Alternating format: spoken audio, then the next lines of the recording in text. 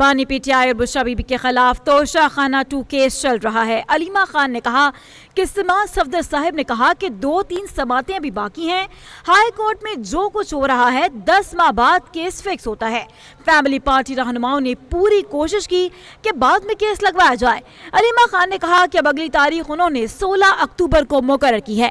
اتنی لمبی تاریخ دینے کی کوئی وجہ ہونی چاہیے۔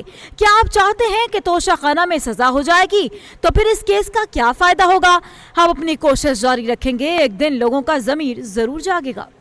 25 تاریخ کی ڈیٹ دی تھی، اور وہ بھی جب ہم کئی گھنٹے یہاں گزارتے ہیں ڈوگر صاحب کے وہ سیکٹری کے کمرے میں، اس کے بعد جا کے 25 تاریخ ملی، اور اب اگلی تاریخ انہوں نے 16 اکتوبر کی دے دی ہے۔ اب یہ اگر آپ کا خیال ہے کہ اس میں کوئی ایمرجنسی نہیں ہے، یا تو اتنی مصروفیات ہمیں تو کورٹ روم میں نہیں نظر آ رہی تھی، آپ کہیں گی تاریخ نہیں مل رہی ہے، کوئی وجہ ہونی چاہیے۔ جب سائفر لگا ہوا تھا تو روز بلا ناغہ اس دن وہ اس کا کیس چلتا تھا، یہاں پہ اس کی ہیئرنگ ہو رہی تھی ہائی کورٹ میں، کئی مہینے چلی لیکن روز ہوتی تھی۔ اب کیا وجہ ہے کہ 25 تاریخ کو آپ اگلی تاریخ 3 ہفتے کے بعد دے رہے ہیں یا 2 ہفتے کے بعد؟